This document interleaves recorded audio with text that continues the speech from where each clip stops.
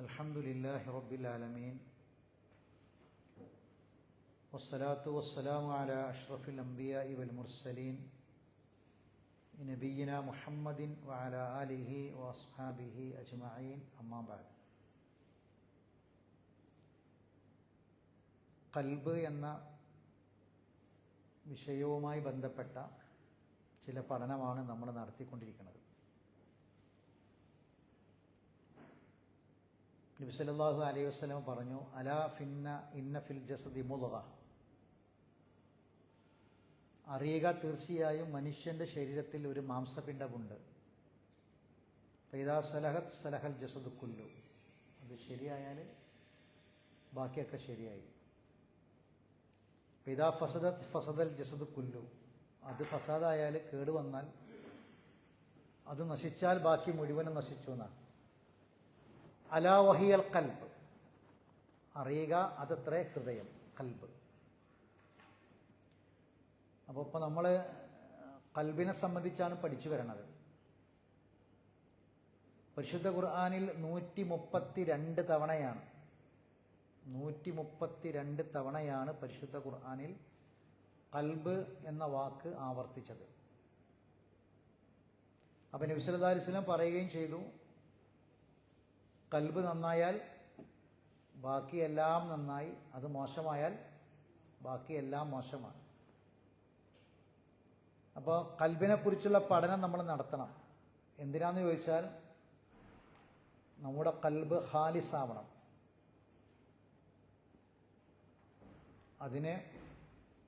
അതിനെ തകരാറാക്കുന്ന കാര്യങ്ങൾ എന്തൊക്കെയാണ് എന്ന് നമ്മൾ പഠിക്കുമ്പോഴാണ് നമ്മളെ ഖൽബ് ഖാലിസാവുള്ളൂ. ഇപ്പം ഖൽബിൽ എന്തൊക്കെ ഉണ്ടാകണം, എന്തൊക്കെ ഉണ്ടാവാൻ പാടില്ല, എന്തെല്ലാം ഉണ്ടാകണമെന്ന് പറഞ്ഞോ അതൊക്കെ ഉണ്ടാകാൻ പാടില്ല എന്ന് പറഞ്ഞോ അതൊന്നും ഉണ്ടാവരുത്. അതുകൊണ്ടാണ് റസൂലുള്ളാഹി സ്വല്ലല്ലാഹു അലൈഹി വസല്ലമയുടെ ചില പ്രാർത്ഥനകളിൽ ഇതിങ്ങനെ ആവർത്തിച്ചു വരുന്നുണ്ട്, ഖൽബ്. നമ്മൾ ആദ്യം പഠിച്ചൊരു പ്രാർത്ഥന, അല്ലാഹുമ്മ ഇന്നി അഊദു ബിക മിൻ ഖൽബിൻ ലാ യഖ്ശ, അല്ലാഹുമ്മ ഇന്നി അഊദു ബിക മിൻ ഖൽബിൻ ലാ യഖ്ശ, ഖുശൂ' ഇല്ലാത്ത ഖൽബാണ് എൻ്റെ ഖൽബെങ്കിൽ പടച്ചോനെ ഞാൻ കാവലിനെ ചോദിക്കുന്നു, എന്നെ കാക്കണം പടച്ചോനെ. അപ്പോൾ ഹൃദയത്തിൽ ഖുശൂ' എന്ന ഒരവസ്ഥ ഹൃദയത്തിൽ ഉണ്ടാവണം. ഹൃദയത്തിൽ ഖുശൂ' ഇല്ല എങ്കിൽ ആ ഹൃദയം കൊണ്ട് പിന്നെ അവന് കാര്യമൊന്നുമില്ല. അപ്പോൾ നമ്മളിപ്പോൾ കുറച്ച് ക്ലാസ്സുകളായി ഖൽബിനെ കുറിച്ച് ഖുർആൻ പറഞ്ഞ ഒരുപാട് വ്യത്യസ്തങ്ങളായ പ്രയോഗങ്ങളിലൂടെ നമ്മളിപ്പോൾ ഇങ്ങനെ പഠിച്ചു വരികയാണ്. അപ്പോൾ അവസാനം പറഞ്ഞത് എന്തായിരുന്നു? അവസാനം പറഞ്ഞത് ഏതാണ്? ഖൽബ് ഖുലൂബിന ഗുൽഫാണ് പറഞ്ഞത്. അത് നമ്മൾ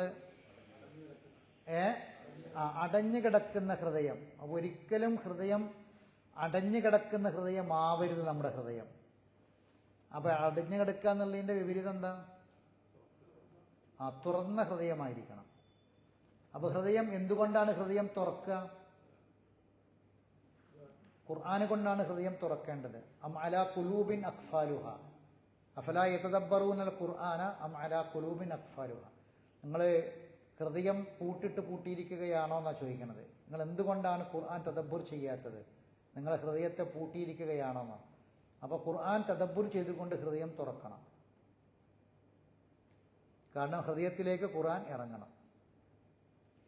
അപ്പോൾ നമ്മൾ കുറേ ഇപ്പോൾ അവസാനം ഗുൽഫ് പറഞ്ഞു. ഇനി നമുക്ക് ഗില്ല് എഴുതിക്കൊള്ളുക. ഗില്ല്,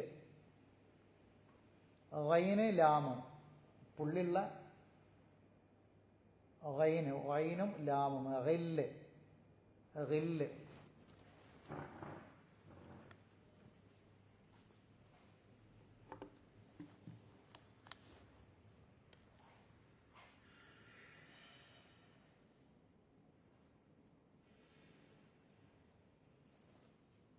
ഗില്ല്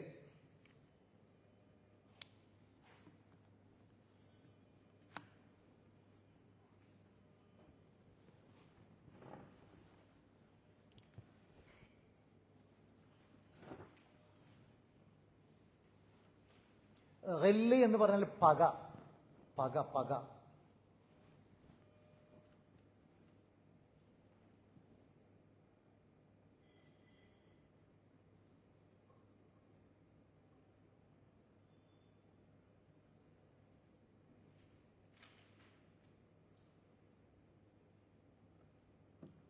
അൻപത്തി ഒൻപതിൽ 10, 59-ൽ 10.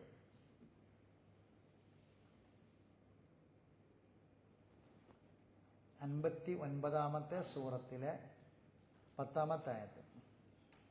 നിങ്ങൾ 8 മുതൽ പരിശോധിക്കുക.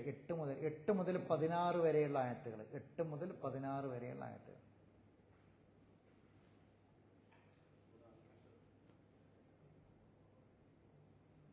അൻപത്തി ഒൻപതാം സൂറത്ത് ഏതാണ്?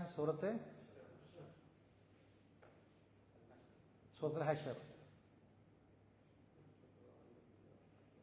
8-ാമത്തെ ആയത്ത് മുതൽ.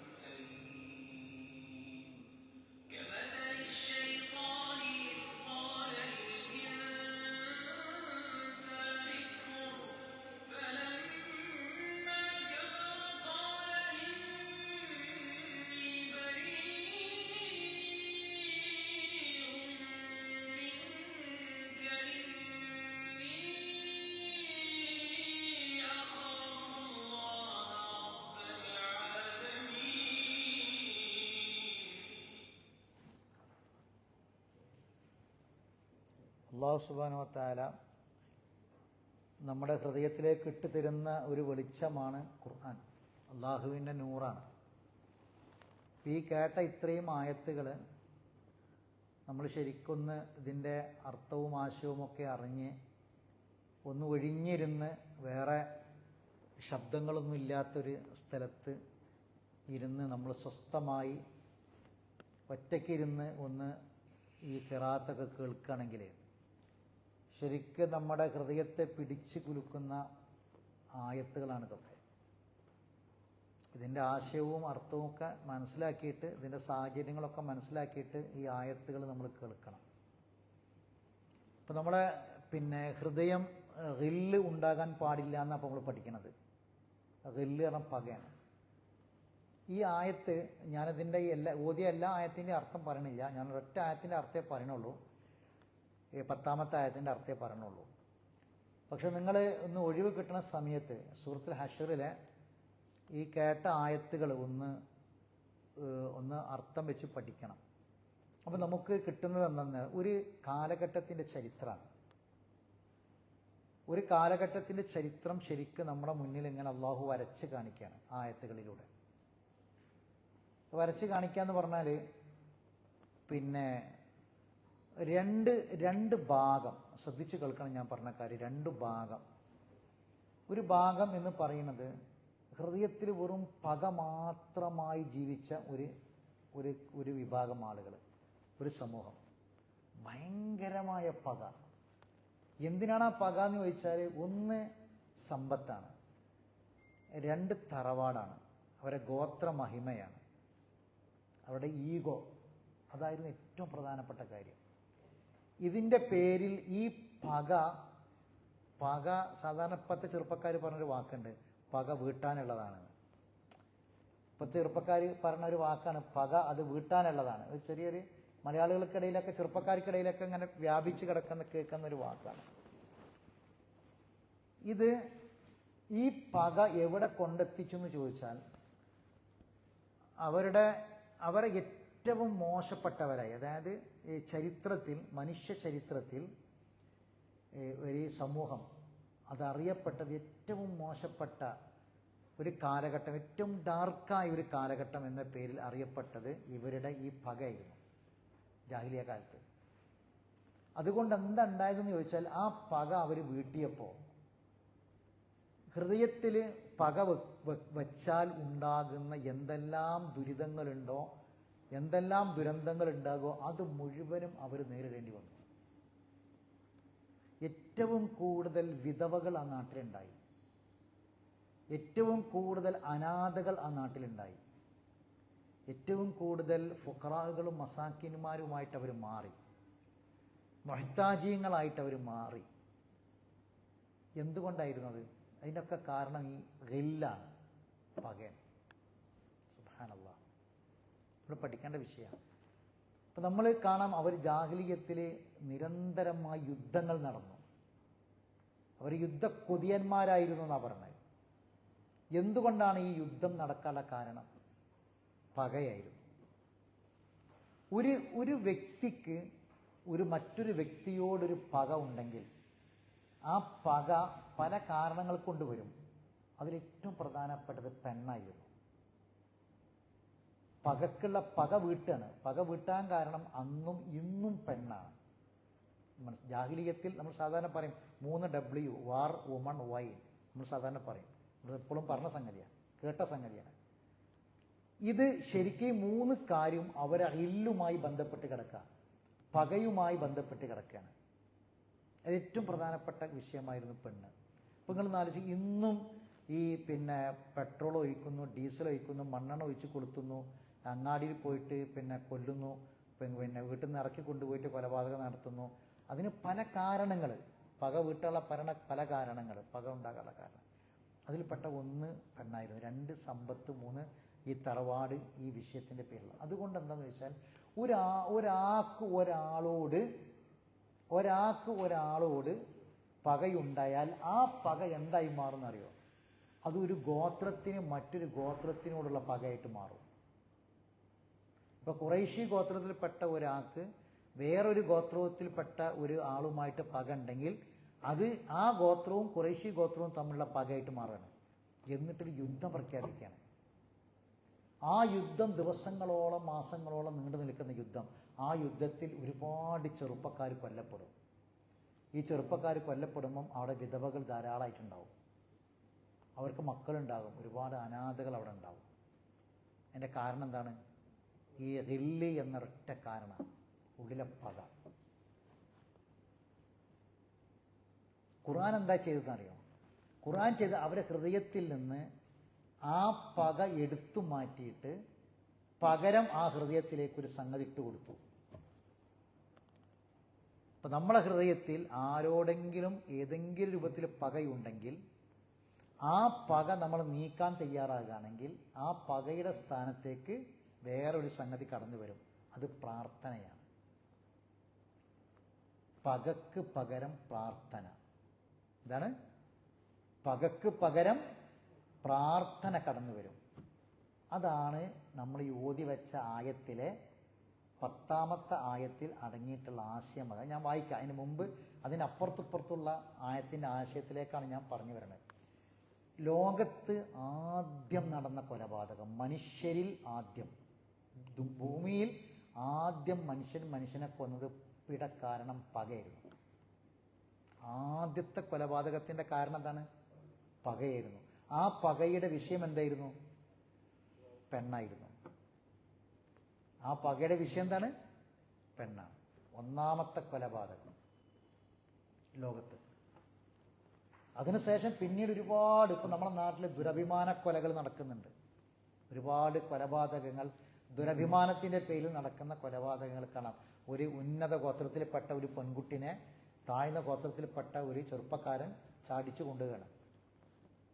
എന്നിട്ട് അപ്പോൾ അത് അങ്ങനെ കൊണ്ടുപോയത് എന്താവാണ്? ഇവർക്ക് ഒരു കോളനിയിൽ താമസിക്കുന്ന ഒരു ചെറുപ്പക്കാരൻ ഒരു വലിയ തറവാട്ടിലെ പെൺകുട്ടിയെ കൊണ്ടുപോയത് കാരണം അവർക്ക് ആകെ മാനക്കേടായി.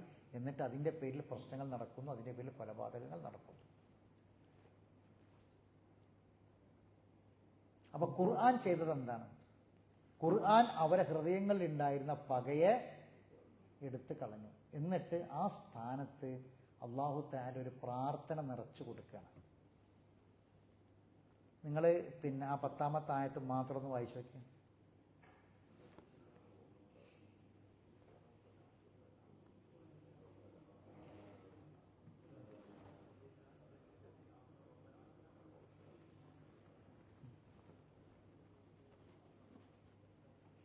അതിൽ കൽബും ഇല്ലൊക്കെ കാണുന്നുണ്ടോ?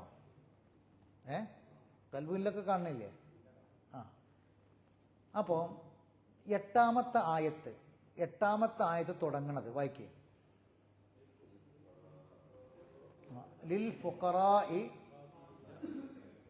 ഫുഖറാഇൽ മുഹാജിരീന അല്ലദീന ഉഖ്രിജൂ മിൻ ദിയാരിഹിം വഅംവാലിഹിം യബ്തഗൂന ഫളലൻ മിനല്ലാഹി വറിദ്വാനൻ വയൻസുറൂനല്ലാഹ വറസൂലഹു ഉലൈക ഹുമുസ് സാദിഖൂൻ.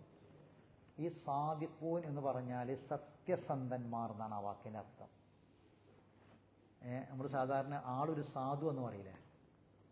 ഈ സാധു എന്നുള്ള അറബി മലയാള വാക്കുണ്ടല്ലോ. ആളൊരു സാധു എന്ന് പറഞ്ഞാൽ അയാൾ ഒരു സത്യസന്ധനാണെന്ന് പറഞ്ഞാൽ അയാളെ ഉള്ളിലൊന്നും ഉണ്ടാവില്ല. ഉലൈക ഹുമുസ് സാദിഖൂൻ, അവരാണ് സത്യസന്ധന്മാർ. ആരെ പറ്റിയെന്നറിയോ? ലിൽ ഫുഖറാഇൽ മുഹാജിരീന അല്ലദീന ഉഖ്രിജൂ മിൻ ദിയാരിഹിം വഅംവാലിഹിം. ഈ പിന്നെ വീട് വിട്ട് സമ്പത്ത് വിട്ട് ഒക്കെ നാട്ടിൽ നിന്ന് പുറത്താക്കപ്പെട്ടപ്പം ഹിജറ പോയ പാവങ്ങളായ ആളുകൾ, മുഹാജിറുകൾ, അവർ അള്ളാഹിൻ്റെ ഫളിലും അള്ളാഹിൻ്റെ റിദ്വാനും മാത്രം ആഗ്രഹിച്ചു കൊണ്ടാണ് പോയത്. അവർ സഹായിച്ചത് അള്ളാഹുവിനെയും അവൻ്റെ റസൂലിനെയുമാണ് സഹായിച്ചത്. അവരാണ് സത്യസന്ധന്മാർ. ഒരു വിഭാഗത്തെ അത് എടുത്ത് കാണിക്കുകയാണ്. ആരായിരുന്നു ഈ ഹിജറ പോയ മുഹാജിറുകൾ എന്ന് പറയുന്ന ആളുകളുടെ ജാഹിലിയത്ത് എന്തായിരുന്നു? മനസ്സിലാക്കണം. ഇവരുടെ ജാഹിലിയത്ത് എന്തായിരുന്നു എന്ന് മനസ്സിലാക്കണം. ഒരു പിന്നെ ഹൃദയം തകർന്നു പോകുന്ന ഒരു കാഴ്ച, നമ്മളിപ്പോൾ ചില കാഴ്ചകൾ കണ്ടാൽ നമ്മൾ പറയും, ഓ ഹൃദയം പൊട്ടിപ്പോകുന്ന കാഴ്ച, തകർന്നു പോകുന്ന കാഴ്ച എന്നൊക്കെ പറയും അല്ലേ? എന്നാൽ ഹൃദയത്തിന് അത്തരം പ്രവർത്തികൾ ചെയ്തിട്ട് ഹൃദയത്തിന് ഒരു വേദനയും ഇല്ലാത്ത ആൾക്കാരുണ്ടായിരുന്നു. സ്വന്തം മക്കളാണ്ട് കൊല്ലുകയാണ്, ജീവനോടെ കുഴിച്ചു മൂടുകയാണ്. കുഴി കുഴിച്ചിട്ട് കൊണ്ടുപോയിട്ടാണ്ട് ജീവനോടെ ഇട്ടിട്ട് മണ്ണിടുകയാണ് മുഖത്തേക്ക്. മണ്ണിടുമ്പം ജീവനോടെ കൊന്നിട്ടല്ല, ജീവനോടെ മണ്ണിട്ടിട്ട് പോരുകയാണ്. എന്നിട്ട് ശ്വാസം മുട്ടി മരിക്കുകയാണ് ആ കുട്ടികൾ. അവർക്കൊരു വേദന ഉണ്ടായിരുന്നില്ല. അവരത് ചെയ്തു. അതിനുള്ള കാരണം എന്തായിരുന്നു പറയാം, അവരുടെ ദുരഭിമാനമായിരുന്നു. ആ ദുരഭിമാന കൊലയാണ് അന്ന് അവിടെ നടന്നതൊക്കെ. നമുക്ക് ഇങ്ങനെ ഒരു പിന്നെ ഹൃദയം വേദനിക്കുമെന്ന് തോന്നുന്ന ഒരു സംഗതിയിലും അവർക്ക് വേദനയില്ല. അവർക്ക് കണ്ണിൽ നിന്ന് കണ്ണീര് വരില്ല, അവർക്കൊരു വേദനയില്ല, അവർക്കൊരു വിഷമോ കാര്യത്തിലില്ല. നിങ്ങൾ ആലോചിച്ച് നോക്കി, പിന്നെ ഓരോ സഹാബികളൊക്കെ ചരിത്രം പറയുമ്പോൾ അവർ ഇസ്ലാമിലേക്ക് വന്ന് ഖുർആൻ പഠിച്ച് ഖുർആൻ മനസ്സിലാക്കി അവരെ ഹൃദയത്തെ ശുദ്ധീകരിച്ചതിന് ശേഷമുള്ള അവരുടെ ജീവിതം എന്തായിരുന്നു? അവർ കരയായിരുന്നു, പൊട്ടി പൊട്ടി കരഞ്ഞവർ. നമ്മൾ സാധാരണ വിട്ട ഭാഗം പൂരിപ്പിക്കാറില്ലേ? കരയാതിരുന്ന അവർ കരഞ്ഞു, പൊട്ടി പൊട്ടി കരഞ്ഞു. എന്താ കാരണം അറിയോ? കരയേണ്ടിയിരുന്ന സമയത്ത് അവർ കരഞ്ഞില്ല. വൈദൽ മൗഊദതു സുഇലത് ബിഅയ്യി ദംബിൻ ഖുതിലത്. എന്തൊരു തെറ്റ് ചെയ്തിട്ടാണ് നിങ്ങൾ ആ പിഞ്ചു പെൺകുട്ടികളെ ജീവനോടെ കുഴിച്ചു മൂടിയത് എന്ന് നാളെ ചോദ്യം ചെയ്യപ്പെടുമ്പോൾ, വൈദൽ മൗഊദതു സുഇലത്, ആ മൗഊദത്ത് എന്ന് പറഞ്ഞാൽ ജീവനോട് കുഴിച്ചു മൂടിയ പെൺകുട്ടികൾ, അവരോട് ചോദിക്കും നാളെ പരലോകത്ത്, നിങ്ങൾ എന്ത് തെറ്റ് ചെയ്തിട്ടാണ് നിങ്ങളെ വാപ്പ നിങ്ങളെ കുഴിച്ചു മൂടിയത്, നിങ്ങളെ കൊന്നത് എന്ന്, നിങ്ങൾ എന്ത് തെറ്റ് ചെയ്തു എന്ന് ചോദിക്കുന്ന ഈ ആയത്തിറങ്ങിയപ്പം പൊട്ടിക്കരഞ്ഞുകൊണ്ടാണ് നബിയുടെ അടുക്കലേക്ക് സ്വഹാബികൾ വരുന്നത്. എന്താ അവിടെ പൊട്ടിക്കരയാൻ കാരണം? അവർ കുഴിച്ചു മൂടിയപ്പോൾ അവർ കരഞ്ഞിട്ടില്ല. സ്വന്തം മക്കൾ അവർ കുഴിച്ചു മൂടിയപ്പോൾ അവർ കരഞ്ഞിട്ടില്ല. അങ്ങനെ കരയാത്ത അവർ പിന്നെ പൊട്ടിക്കരഞ്ഞത് ഈ ആയത്ത് കേൾക്കുമ്പോഴാണ്. കാരണം ആ ആയത്ത് അവരെ ഹൃദയത്തെയാണ് സ്വാധീനിച്ചത്, കൽബിനെയാണ് സ്വാധീനിച്ചത്. എല്ലാ പകയും വിദ്വേഷങ്ങളും എല്ലാം അവരെ ഹൃദയത്തിൽ നിന്ന് ഒലിച്ചു പോയി. ആ സ്ഥാനത്തേക്ക് ഖുർആൻ കടന്നുപോയി. പിന്നീട് അവർക്ക് കുട്ടികളെ കരച്ചിൽ പിന്നെ ഒരു അസ്വസ്ഥത ഉണ്ടാക്കി കളഞ്ഞു. കുട്ടികളെ കരച്ചിൽ പിന്നോട് കേൾക്കാൻ പറ്റാതായി. കുട്ടികളെ കരച്ചിൽ കേട്ട് സന്തോഷിച്ച അവര് പിന്നെ കുട്ടികളുടെ ചെറിയ കരച്ചിൽ പോലും അവർക്ക് സങ്കട പെരുമഴയായി മാറി. ഉമർ ഖത്താബ് റളിയല്ലാഹു തആല അൻഹു ഒരിക്കൽ ഇങ്ങനെ ഒരു പിന്നെ രാത്രി വേഷം മാറി ഇറങ്ങുന്നുണ്ട്. അദ്ദേഹത്തെ ഭരണകാലത്ത് ഇങ്ങനെ വേഷം മാറി ഇങ്ങനെ ഇറങ്ങി ഒരു വീട്ടിൽ ചെന്നപ്പോൾ ആ വീട്ടിൽ നിന്ന് ഒരു കുട്ടിൻ്റെ കരച്ചിൽ കേട്ടു. കുട്ടിൻ്റെ കരച്ചിലുണ്ട് കേട്ടപ്പം സഹിക്കാൻ കഴിഞ്ഞില്ല. ആരായിരുന്നു ഇവരൊക്കെ നമ്മൾ ചിന്തിക്കണം. കുട്ടിൻ്റെ കരച്ചിൽ കേട്ടപ്പോൾ സഹിക്കാൻ കഴിയാഞ്ഞിട്ട് അദ്ദേഹം ആ വീട്ടിൽ കയറി ചെന്നിട്ട് ചോദിച്ചു, എന്തിനാണ് പെണ്ണെ ഈ കുട്ടി ഇങ്ങനെ കരയുന്നത്? കുട്ടി കരയുന്നത് കേൾക്കണില്ല എന്ന് ചോദിച്ചു. കുട്ടി കരയുന്നത് ചില കുടുംബത്തിലൊക്കെ ചില കാരണന്മാരൊക്കെ ഉണ്ട്, വയസ്സായ ആൾക്കാരൊക്കെ ഉണ്ടെങ്കിൽ ഈ കുട്ടികൾ കരയുന്നത് തീരെ കൊടുക്ക് സഹിക്കാൻ കഴിയില്ല. ഈ പെണ്ണുങ്ങളൊക്കെ കുട്ടികളെ എത്ര കരഞ്ഞാലും ഓലെ പണി തീരുന്ന വരെ അവിടെ കരയട്ടെ ആയിരിക്കും. തൊട്ടിലേക്ക് കിടന്ന് കരഞ്ഞാൽ ഓർക്ക് പ്രശ്നമൊന്നും ഉണ്ടാവില്ല. കുട്ടികളങ്ങനെ കിടന്ന് കരഞ്ഞ് ഓലെ പണിയൊക്കെ തീർത്തിട്ട് പോവുള്ളൂ. അത് അവർക്ക് ദയം വാത്സല്യമൊന്നും ഇല്ലാണ്ടൊന്നല്ല കേട്ടോ. എന്നാൽ ചില ആളുകൾക്ക് തീരെ കുട്ടികൾ കരഞ്ഞത് എന്ത് ചെയ്യാൻ കഴിയില്ല, സഹിക്കാൻ കഴിയില്ല. പെട്ടെന്ന് കുട്ടികളെ കരഞ്ഞ ഈ അവസ്ഥയിലേക്ക് അവരെത്തി. അധികം ചെന്ന് ചോദിച്ചു, എന്തിനാണ് പെണ്ണെ കുട്ടി കരണമെന്ന് വെച്ചു. അപ്പം അവിടെ പട്ടിണി ദാരിദ്ര്യമാണ്, വിശന്നിട്ട് കരിയാണെന്ന് പറഞ്ഞു. അപ്പോൾ ചോദിച്ചു, എന്താ വിശക്കണത്? ഇവിടെ റേഷൻ ഇല്ലയെന്ന് ചോദിച്ചു. ഈ വന്നത് ഉമർ ഖത്താബ് വന്ന് ഈ പെണ്ണിനെ അറിയില്ല, കാരണം വേഷം മാറിയേ വന്നത്. അപ്പം കരച്ചിലിന് കാരണക്കാരനറിയ ഉമർ തന്നെയാണല്ലോ.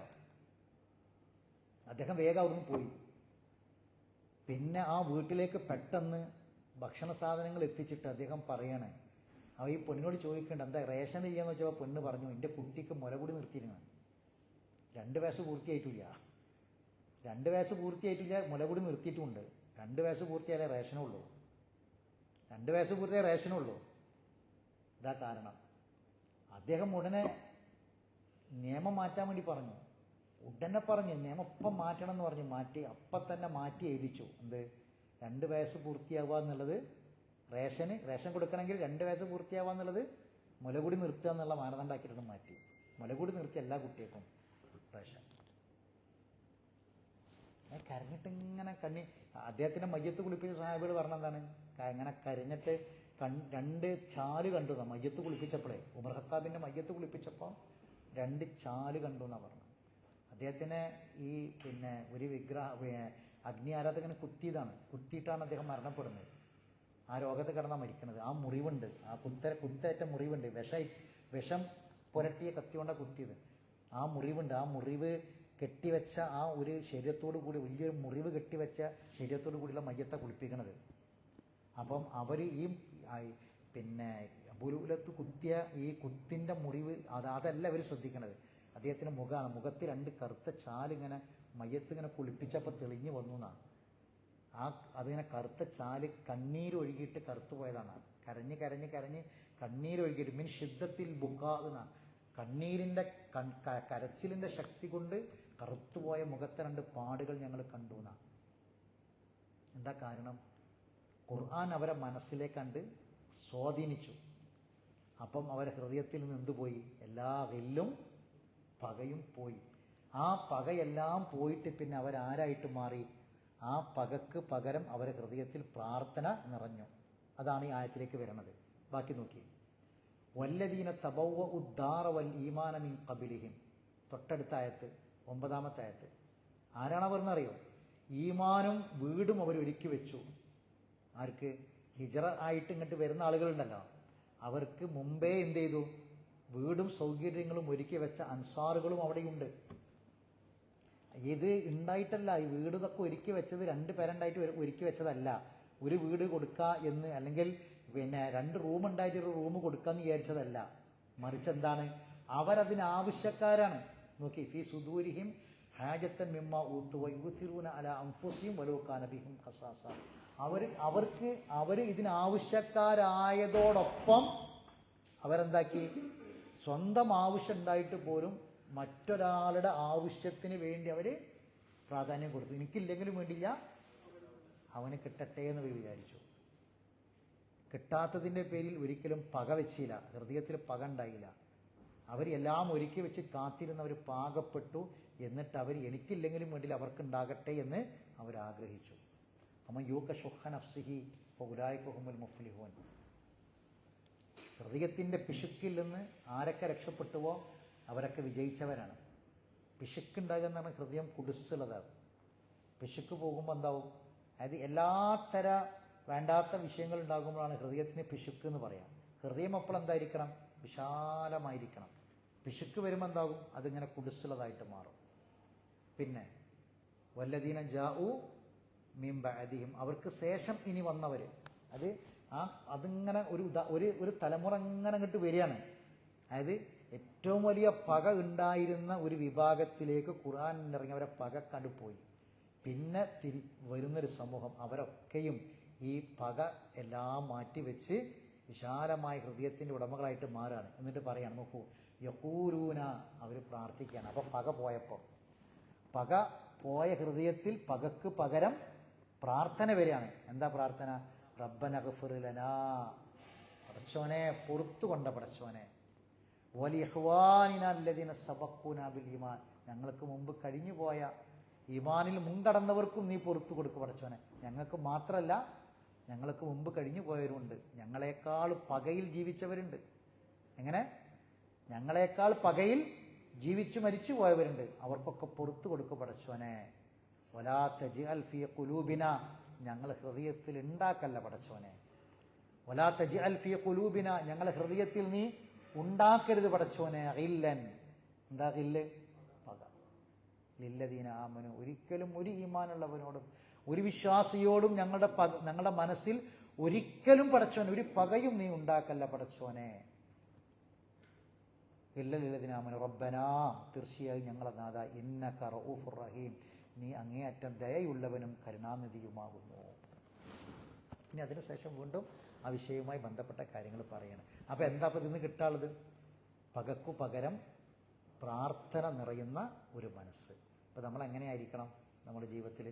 ഇല്ലാണ്ട് ഒഴിവാക്കുമ്പോൾ എങ്ങനെ വരിക? നമ്മളെ എത്ര ഒരാൾ കഷ്ടപ്പെടുത്തിയാലും, എത്ര നമ്മളെ വേദനിപ്പിച്ചാലും, എത്ര നമ്മളെ ബുദ്ധിമുട്ടിച്ചാലും, നമ്മളോട് എത്ര അനീതി കാണിച്ചാലും നമ്മൾ ചെയ്യേണ്ടത് എന്താണെന്നറിയോ? ആ അനീതിയും നമുക്ക് സാമ്പത്തികമായി വലിയ നഷ്ടം വരുത്തിയ ഒരു അനീതിയെന്ന് വിചാരിക്കുക. നമുക്ക് ദുനിയാവിൽ അത് തിരിച്ചു കിട്ടാൻ ന്യായപരമായ കാര്യങ്ങൾ തേടാം. ശ്രദ്ധിക്കണം ഞാൻ പറഞ്ഞ കാര്യം. സാമ്പത്തികമായ വലിയ ഒരു നഷ്ടം നമുക്കൊരാൾ അയാളുടെ അനീതി കാരണം വരുത്തി വെച്ചു വിചാരിക്കുക. അതുകൊണ്ട് ഒരിക്കലും പകല്ല ഉണ്ടാവേണ്ടത്. ഒരിക്കലും അയാളോട് തീരാത്ത പകല്ല വേണ്ടത്. മറിച്ച് സാമ്പത്തിക നഷ്ടമാണെങ്കിൽ അത് തിരിച്ചു കിട്ടാൻ ന്യായമായ മാർഗങ്ങൾ നമുക്ക് തേടാം. മാർഗങ്ങളാണെങ്കിൽ മാർഗം എന്ന് പറഞ്ഞാൽ ഒരു മസ്ലഹത്തിൻ്റെ മാർഗം തേടാം. ഒരു നാട്ടിലെ കാരണവരുമായി ബന്ധപ്പെട്ട് അല്ലെങ്കിൽ നാട്ടിലെ കാര്യങ്ങളൊക്കെ തീരുമാനിക്കുന്ന ആളുകളുമായി ബന്ധപ്പെട്ട് ഒരു മസ്ലഹത്തിലൂടെ നമുക്ക് നഷ്ടപ്പെട്ട സാമ്പത്തിക കാര്യം തിരിച്ചു പിടിക്കാം. അല്ലെങ്കിൽ ന്യായമായ കോടതിയിൽ കേസിലൂടെയോ മറ്റോ നമുക്ക് എന്ത് ചെയ്യാം, തിരിച്ചു പിടിക്കാം. എന്നാലും അവനോട് എന്തുണ്ടാകരുത്, പക ഉണ്ടാകാൻ പാടില്ല. എന്നിട്ട് എന്ത് ചെയ്യണം, അവന് വേണ്ടി നമ്മൾ എന്ത് ചെയ്യണം, പ്രാർത്ഥിക്കണം. അവന് ചിലപ്പോൾ ഒരുപാട് ന്യായങ്ങൾ പറയാനുണ്ടാകും, ഒരുപാട് കാരണങ്ങൾ പറയാനുണ്ടാകും. ചിലപ്പോൾ അത് പലതും ചിലപ്പോൾ സത്യവുമായിരിക്കാം. അപ്പം നമ്മൾ അവനോട് തീരാത്ത പക വെച്ച് നടക്കല്ല വേണ്ടത്. മറിച്ച് എന്ത് വേണം, അവന് വേണ്ടി പ്രാർത്ഥിക്കണം. എന്താ വേണ്ടത്, അവന് വേണ്ടി പ്രാർത്ഥിക്കുക. എന്താ പ്രാർത്ഥിക്കേണ്ടത്, പടച്ചവനെ ഓന് പുറത്തു കൊടുക്കുക പടച്ചവൻ. അതാണ് ഈ പക ഉണ്ടാക്കല്ല, പക ഹൃദയത്തിൽ വെക്കല്ല പടച്ചവനെ എന്ന് പറഞ്ഞ മുമ്പ് എന്താ പറഞ്ഞത്, പുറത്തു കൊടുക്കുക പടച്ചവനെന്നാണ് അല്ലേ. സബുക്ക് അല്ലെ, പിന്നെ വല്ലദീ ജാഊ മിൻ ബഅദിഹിം യഖൂലുന റബ്ബനഗ്ഫിർ ലനാ വലിഹ്വാൻ. കണ്ട, അപ്പം ഞങ്ങൾക്ക് പുറത്തു കൊണ്ട പടച്ചവനെ, ഞങ്ങളുടെ സഹോദരങ്ങൾക്കും നീ പുറത്തു കൊണ്ട പടച്ചവനെ. പുറത്തു കൊടുക്കാൻ വേണ്ടിയിട്ട് നമ്മൾ അവർക്ക് വേണ്ടി പ്രാർത്ഥിക്കാം. അപ്പോൾ എന്തുണ്ടാവും, ഈ എന്നോട് കാണിച്ചത് അനീതിയാണ്, ആ അനീതി ഇജ്ജ് വിട്ടണം. ആ അനീതി എന്നോട് നീ നീതി കാണിക്കണം, എനിക്ക് നീതി നീ തിരിച്ചു തരണം. നിന്റെ അടുക്കൽ വന്നു പോയ തെറ്റ് പടച്ചോ നിനക്ക് പുറത്തു തരട്ടെ. സുബ്ഹാനല്ലാഹ്. എങ്ങനെ, എന്നോട് കാണിച്ച അനീതി നീ മാറ്റണം, നീ എനിക്ക് നീതി കാണിക്കണം, എന്നോട് നീതി കാണിക്കണം, നീ ചെയ്ത കാര്യം നിനക്ക് റബ്ബ് പുറത്തു തരട്ടെ എന്ന് പറയുമ്പോൾ എത്രമാത്രം വിശാലമായ മനസ്സായിരിക്കും അവിടെ ഉണ്ടാവുക. അപ്പോൾ ഒരിക്കലും കൽബിൽ എന്ത് പാടില്ല, ഗില്ല് പാടില്ല, ഒരു പകയും പാടില്ല, അതാരോടും പാടില്ല. പക്ഷെ ഇന്നത്തെ അവസ്ഥ എന്താണെന്ന് വെച്ചാൽ വലിയ പക വാപ്പാനോടാണ്. ഇപ്പോൾ കുട്ടികളോട് ഇരിക്കുന്നോട് ഞാൻ പ്രത്യേകം പറയാം, ഏറ്റവും വലിയ പക വാപ്പനോടും ഉമ്മനോടാണ് പല കുടുംബത്തിലും. പിന്നെ വരുന്നത് സ്വന്തം സഹോദരങ്ങളോടാണ്, രക്തബന്ധുക്കളോടാണ്, ഒരേ ഗർഭപാത്രത്തിൽ നിന്ന് വന്നവരോടാണ്. വാപ്പാനോടും ഉമ്മാനോടും പക വെച്ച് നടക്കുക ഒരിക്കലും അള്ളാഹു പുറത്തു തരൂല, പടച്ചോൻ മാപ്പാക്കൂല. നമുക്ക് തിരിച്ചറിവില്ലാത്ത പല കാര്യങ്ങളിലും നമുക്ക് തിരിച്ചറിവ് നൽകിയവരാണ് അവർ. നമുക്ക് വേണ്ടി ഉറക്കൊഴിച്ചവരും കഷ്ടപ്പെട്ടവരും അവരുടെ വിയർപ്പാണ് നമ്മൾ. അവരുടെ വിയർപ്പിൻ്റെ ദുർഗന്ധമാണ് ഇന്ന് നമ്മൾ പൂശുന്ന അത്തറിൻ്റെ സുഗന്ധം. നമ്മൾ മനസ്സിലാക്കണം. അവരന്ന് വിയർപ്പിൻ്റെ ദുർഗന്ധം സഹിച്ച് അവർ പണിയെടുത്തത് കൊണ്ടാണ് ഇന്ന് നമ്മൾ അത്തറും പൂശി സുഗന്ധം ഉപയോഗിച്ച് നടക്കുന്നത് എന്നുള്ളത് പലപ്പോഴും നമ്മൾ മനസ്സിലാക്കണം. നമ്മുടെ തലമുറകൾക്കപ്പുറം നമ്മളത് മറന്നു പോവുക. എന്നിട്ട് നമുക്ക് അവരുടെ ഉള്ളിൽ അവരോട് പകയും വെച്ച് നടക്കുകയാണ്. പലപ്പോഴും നമ്മൾ വിളിക്കൂല, വിശേഷങ്ങൾ അന്വേഷിക്കൂല, അവർക്ക് വേണ്ടി പ്രാർത്ഥിക്കാൻ പോലും നമുക്കറിയില്ല, പ്രാർത്ഥിക്കുക പോലും നമ്മൾ ചെയ്യൂല. അങ്ങനെ ആ പക വെച്ച് പകയോടുകൂടി ആ വാപ്പ മരിച്ചുപോയി. എന്നിട്ട് ആ വാപ്പ ഒന്ന് ആഗ്രഹിച്ചിട്ട് കാണാൻ വേണ്ടി കൊതിച്ചിട്ട് ഒന്ന് കാണാൻ എനിക്ക് എൻ്റെ മക്കളെ എന്ന് പറഞ്ഞ് ഫോൺ വിളിച്ച് പറഞ്ഞിട്ട് പോലും മക്കളെ കാണാൻ പോലും വാപ്പാനെ കാണാൻ പോലും തയ്യാറാകാതെ അങ്ങനെ പക വെച്ച് നടക്കുന്ന മക്കളുണ്ടാവും. എന്തെങ്കിലും ചെറിയ കാര്യങ്ങളൊക്കെ ഒരു പക്ഷേ നമ്മളെ മനസ്സിനെ മുറിവേൽപ്പിച്ച കാര്യങ്ങളൊക്കെ ഉണ്ടാകും. ചിലപ്പോൾ എന്തെങ്കിലും വിഷയങ്ങളൊക്കെ ചിലപ്പോൾ ഉണ്ടാവാത്ത വിഷയങ്ങളൊന്നും ഉണ്ടാകില്ല. ഒരു പക്ഷെ അതൊക്കെ നമ്മളെ നന്മക്ക് വേണ്ടി അവർ ചെയ്ത കാര്യങ്ങളായിരിക്കും. പക്ഷെ നമ്മൾ ഉൾക്കൊള്ളാൻ തയ്യാറാവില്ല. എന്നിട്ട് ആ പകയുമായി നമ്മൾ നടക്കും. നമ്മുടെ സഹോദരങ്ങൾ എന്ന് പറഞ്ഞാൽ നമ്മുടെ സുഹൃത്തുക്കൾ, നമ്മുടെ സമൂഹത്തിലുള്ള ഒരാളോട് പോലും നമ്മളെ ഹൃദയത്തിൽ പകയുണ്ടാകാൻ പാടില്ലെങ്കിൽ പിന്നെ വാപ്പനോടും ഉമ്മനോടൊക്കെ പകവെച്ച് നടക്കുന്നത് എത്രമാത്രം മഹാപാപമാണ് എന്ന് നമ്മൾ ചിന്തിക്കണം. അങ്ങനത്തെ ഒരു ചിന്ത പോലും ഉണ്ടാകാൻ പാടില്ല. അപ്പോൾ നമ്മൾ ഏറ്റവും കൂടുതൽ ആരോടാണോ നമ്മൾ ഏറ്റവും സോഫ്റ്റായിട്ട് പെരുമാറേണ്ടത് അവരോടാണ് നമ്മൾ ഏറ്റവും ഹാർഡായിട്ട് പെരുമാറുന്നത്, ഏറ്റവും മോശമായി പെരുമാറുന്നത്, പകവെച്ച് നടക്കുന്നത്. ഇത് ഉണ്ടാകാൻ പാടില്ല. അപ്പം പരിശുദ്ധ ഖുർആൻ നമ്മളെ കൊണ്ടുപോകുന്നത് എവിടേക്കാണ്? ഒരു നിസ്വാർത്ഥമായ ആത്മാർത്ഥമായ ഒരു നല്ല മനസ്സിൻ്റെ ഉടമയായി, ഒരു നല്ല ഹൃദയത്തിൻ്റെ ഉടമയായി ജീവിക്കാനാണ്. അതിനെന്ത് വേണം? നമ്മൾ ഹൃദയത്തിൽ ഈമാന് വേണം. ഈമാനും തഖ്വയും ഉണ്ടാകണം. ഈമാനും തഖ്വയും നമ്മൾ ഹൃദയത്തിൽ ഉണ്ടാകണമെങ്കിൽ ആ ഹൃദയത്തിൽ എന്ത് വേണം? ഖുർആൻ വേണം. ആ ഹൃദയം നിൽക്കുന്ന ഒരു പ്ലാറ്റ്ഫോമാണ് സദർ. ആ ഹൃദയത്തിൻ്റെ ഒരുപാട് അറകളുണ്ട്. ആ ഹൃദയം നിൽക്കുന്ന ഒരു വിശാലമായ ഒരു ഭാഗമാണ് സദർ. അവിടെയാണ് ആര് പ്രവേശിക്കുക? ശൈത്താൻ പ്രവേശിക്കുക. ഇനി നിങ്ങൾക്ക് ഞാനതൊന്നുകൂടി കാണിച്ചു തരാം. ആയത്ത് വായിക്കാൻ സമയമില്ലാത്തതുകൊണ്ടാണ്. ഇതിൻ്റെ അവസാന ഭാഗത്തേക്ക് നിങ്ങൾ വരി. നിങ്ങൾ ഈ വായിച്ച ആയത്തിൻ്റെ അവസാന ഭാഗത്തേക്ക് നിങ്ങൾക്കൊരു ശൈത്താനെ കാണാം. അവിടെ കമസലി ഷൈത്താൻ 16-ാമത്തെ ആയത്ത് കണ്ടാ? ഈ വിഷയങ്ങൾ ഇങ്ങനെ പറഞ്ഞു വന്ന അതിൻ്റെ ഇടയിൽ കുറേ ആയത്തുകളുണ്ട്, നേരമില്ലാത്തതുകൊണ്ടാണ്. കമസലി ഷൈത്താൻ നമ്മൾ പഠിക്കണത് എന്താണ്? മിൻ ഷറിൽ വസ്വാസിൽ ഖന്നാസ് അല്ലദീ യുവസ്വിസു ഫീ. അതാരാണ്? ഷൈത്താനാണ്. വസ്വാസുൽ ഖന്നാസ് ആരാണ്? ഷൈത്താനാണ്. കമസലി ഷൈത്താൻ. കണ്ടാ? ഇതിന് ഉദാഹരണം ആരാണ്? ഷൈത്താനാണ് ഉദാഹരണം. മസലാണ് ഉദാഹരണമാണ്. പോലെ ഖാലൽ ഇൻസാൻ, ഇത് ഖാലൽ ഇൻസാൻ, അവൻ മനുഷ്യനോട് പറയും എന്ത്? ഉക്ഫുർ, അവിശ്വസിക്കുക എന്ന് പറയും. എന്ന് പറഞ്ഞാൽ എന്താണ്? ഷൈത്താൻ മിനൽ ജിന്നത്തി വന്നാസാട്ടാ, മനുഷ്യന്മാരെ കൂട്ടത്തിൽ തന്നെ വരും. ഇത് അതൊക്കെ ഉണ്ട്, ഇതികൂടെ കേട്ട് ഇതികൂടെ വിട്ടാളെ അറിയും. അതൊന്നും സ്വീകരിക്കണ്ട. അതൊക്കെ നീ അവിശ്വസിക്കുക എന്ന് പറഞ്ഞാൽ നീ അതൊന്നും സ്വീകരിക്കണ്ട, നീ വിശ്വസിക്കണ്ട, ഒഴിവാക്കിക്കളാം. പറഞ്ഞതൊന്നും എന്ത് ചെയ്യണ്ട. ഇപ്പം ഇതുവരെ പോണ മാതിരി തന്നെ പൊയ്ക്കോ. ആരുടെങ്കിലും ഒരു വല്ല പകയുണ്ടെങ്കിൽ ഇപ്പം നമ്മളിങ്ങനെ വിചാരിക്കുക, എനിക്ക് എൻ്റെ ഉള്ളിൽ അയാളായിട്ട് ചെറിയൊരു വെറുപ്പുണ്ട്. അപ്പം അതിങ്ങനെ ആ വെറുപ്പ് ഇങ്ങനെ മാറി മാറി പകയായി വരും. അപ്പം അതിന് മുമ്പ് തന്നെ ഒന്ന് ചെന്ന് പൊരുത്തപ്പെടിപ്പിക്കണം, ഒന്ന് സലാം പറയണം, കൈ പിടിക്കണം, ഒന്ന് മുസാഫായത്തും മുആനക്കത്തൊക്കെ ഒന്ന് ചെയ്യണം, ഒന്ന് മാപ്പാക്കണം, അയാളുടെ പക ഞാൻ ഒഴിവാക്കണം എന്നൊക്കെ നമ്മളെ മനസ്സിൽ വന്നാൽ പോലും സമ്മതിക്കൂല. ആര്? ഷൈത്താൻ. കണ്ട? അതാണ് ആ പറഞ്ഞത്. ഇത് ഖാലൽ ഇൻസാനി ഉക്ഫുർ. അപ്പം ഇത് നമ്മൾ മനസ്സിലാക്കി വെക്കുക. ഭാര്യയ്ക്ക് ഭർത്താവിനോട് പക, ഭർത്താവിന് ഭാര്യയോട് പക, മാതാപിതാക്കൾക്ക് മക്കളോട്, മക്കൾക്ക് മാതാപിതാക്കളോട് പക. ഇങ്ങനെ ഈ പക ഇങ്ങനെ പോകുന്നതിനനുസരിച്ച്, വർദ്ധിക്കുന്നതിനനുസരിച്ച് ശൈത്താൻ എവിടേക്ക് എത്തിക്കും? ചെറിയ ചെറിയ ചെറിയ കാര്യങ്ങൾ മതി വലിയ അബദ്ധത്തിലേക്ക് നമ്മളെ എത്തിക്കാൻ, തീരാ ദുഃഖത്തിലേക്ക് നമ്മളെ എത്തിക്കാൻ അത് മതിയാവും. കാരണം ആ പക പിന്നീട് അക്രമത്തിലേക്കൊക്കെ എത്തിക്കും. അത് ദുനിയാവും ചിലപ്പോൾ നമുക്ക് നഷ്ടപ്പെടും, കാലാകാലം ജയിലിൽ പോയി കിടക്കേണ്ടി വരും, പരലോകം നഷ്ടപ്പെടും. രണ്ടും നഷ്ടപ്പെടുന്ന അവസ്ഥയിലേക്ക് നമ്മൾ എത്തും. അതുകൊണ്ടാണ് സൂറത്തുൻ നാസിൻ്റെ പ്രസക്തി ഏറ്റവും വലുതാണ്. എപ്പോഴും നമ്മൾ പ്രാർത്ഥിക്കുക, രാവിലെയും വൈകുന്നേരവും കിടക്കുമ്പോഴും നിസ്കാരത്തിന് ശേഷമൊക്കെ പ്രാർത്ഥിക്കുക. കുല്ലാദു ബറബിന്നാസും കുല്ലാദു ബറബിൽ ഫലക്കും. അള്ളാഹു സുബ്ഹാനഹു വ തആല കൂടുതൽ പഠിക്കാനും മനസ്സിലാക്കാനും നമുക്ക് എല്ലാവർക്കും ദീർഘായുസ്സും ആഫിയത്തും പ്രദാനം ചെയ്യുമാറാവട്ടെ. അറിവില്ലായ്മ കൊണ്ട് വന്നുപോയ തെറ്റുകുറ്റങ്ങൾ അള്ളാഹു വിട്ടുപുറത്ത് മാഫാക്കി തരട്ടെ. മരണപ്പെട്ടവർക്ക് അള്ളാഹു മഗ്ഫിറത്തും മർഹമത്തും പ്രദാനം ചെയ്യുമാറാവട്ടെ. നല്ല നിസ്വാർത്ഥമായ ഹാരിസായ ഹൃദയത്തിൻ്റെ ഉടമകളായി, ഈമാനും തഖ്വയുമുള്ള ഹൃദയത്തിൻ്റെ ഉടമകളായി ജീവിച്ചു മരിക്കാൻ അള്ളാഹു നമ്മെ സഹായിക്കുമാറാവട്ടെ. നമ്മളെ എല്ലാ നല്ല ഉദ്ദേശങ്ങളും അള്ളാഹു നിറവേറ്റി തരട്ടെ. നമ്മളെ മക്കൾ അള്ളാഹു സ്വാലിഹായ മക്കളാക്കി തീർക്കട്ടെ. നമ്മളെ കുടുംബത്തിൽ അള്ളാഹു മനസ്സമാധാനം പ്രദാനം ചെയ്യട്ടെ. നമ്മളെ പഠനത്തിലും നമ്മളെ ജോലിയിലും എല്ലാം അള്ളാഹു നിഅമത്തും ബർക്കത്തും പ്രദാനം ചെയ്യട്ടെ. റബ്ബനാ തഖബ്ബൽ മിന്നാ ഇന്നക അന്ത സമീഉൽ അലീം വതുബ് അലൈനാ ഇന്നക അന്ത തവ്വാബുർ റഹീം വആഖിറു ദഅവാനാ അനിൽ ഹംദുലില്ലാഹി റബ്ബിൽ ആലമീൻ. സുബ്ഹാനക അല്ലാഹുമ്മ ബിഹംദിക അഷ്ഹദു അൻ ലാ ഇലാഹ ഇല്ലാ അൻത അസ്തഗ്ഫിറുക വഅതൂബു ഇലൈക്.